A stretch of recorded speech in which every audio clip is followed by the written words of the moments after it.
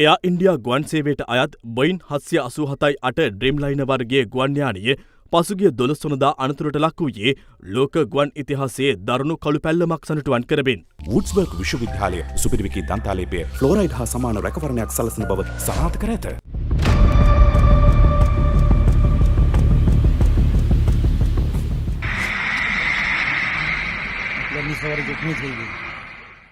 අහමදාබාද් ගුවන්තොටුපළ අසල බීජේ වෛද්‍ය විද්‍යාලයේ නිවාසිකාගාර ගොඩනැගිල්ලට කඩා වැටී පිපිරීමට ලක් වූ ගුවන් යානයේ සිටි 240 දෙනා අතරින් 241 දෙනෙකු ජීවිතක්ෂයට පත් වුණා.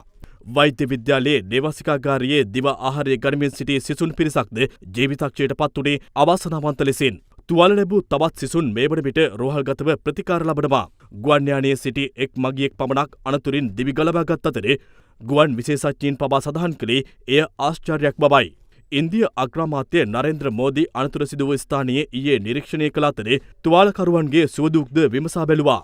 මියගිය සෙසු ගුවන් මගීන් සියලු දෙනා පාහේ දැඩි ලෙස පිලිස්සී එම මල් සිරුරු හඳුනාගත නොහැකි මට්ටමේ පැවතීම හේතුවෙන් සිරුරුවල අනන්‍යතාවය තහවුරු කර ගැනීම සඳහා මගීන්ගේ ඥාතීන්ගෙන් DNA සාම්පල ලබා ගැනීම මේ වන විට සිදු කෙරෙනවා. ඒ අනුව මලසිරුරු 6ක් DNA පරීක්ෂාවෙන් පසු ඥාතීන් වෙත බාර දුන් බවයි ඉන්දිය මාධ්‍ය වාර්තා කරන්නේ. මියගිය ගුවන් මගීන්ගේ ඥාතීන් රැසක් මේ වන විට අහමදාබාද් වෙත පැමිණ ඇත්තේ මලසිරුරු බාර ගැනීමේ අපේක්ෂාවෙන්. ගුවන් අනතුරින් පැය 28කට පසු යානයේ එක් කළු පෙට්ටියක් සොයාගන්නට ඉන්දිය ගුවන් යාන අනතුරු පිළිබඳ විමර්ශන කාර්යාංශය සමත් වුණා.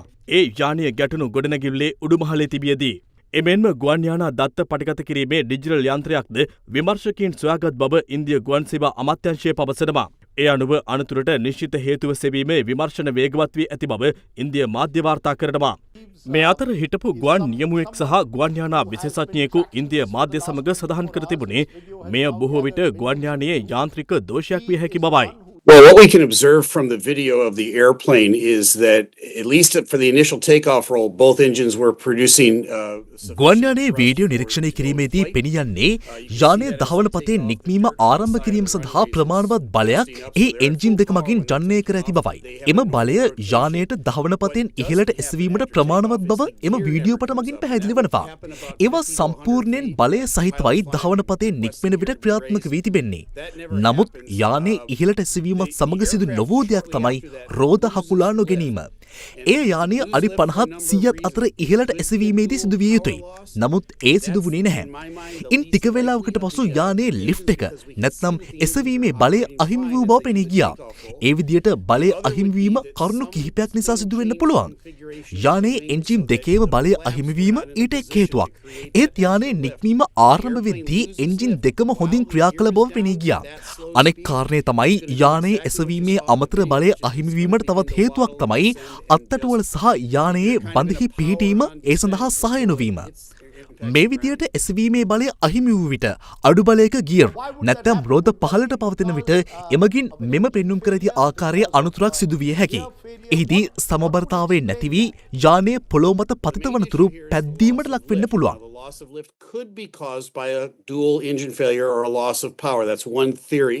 අනතුරට හේතුව සොයා විමර්ශන ක්‍රියාත්මක අතරේ විමර්ශන අවසන් වන තෙක් ඉන්දියාවේ සියලු බොයින් 787 ගුවන් යාන පියාසැරිවලින් ඉවත් කර තැබීමටත් ඉන්දිය බලධාරීන්ගේ අවධානය යොමු ඇතැයි සඳහන්. නමුත් ඒ පිළිබඳව නිශ්චිත තීරණයක් මෙතෙක් ගෙන නැහැ. එයා ඉන්දියා ගුවන් සේවයේ පමණක් බොයින් 787-8 සහ බොයින් 787-9 මාදිලිය ගුවන් යාන 30කට වැඩි සංඛ්‍යාවක් ක්‍රියාත්මකයි. අද දෙරණ YouTube නාලිකාව YouTube අද දෙරණ දැන්ම සබස්ක්‍රයිබ් කරන්න.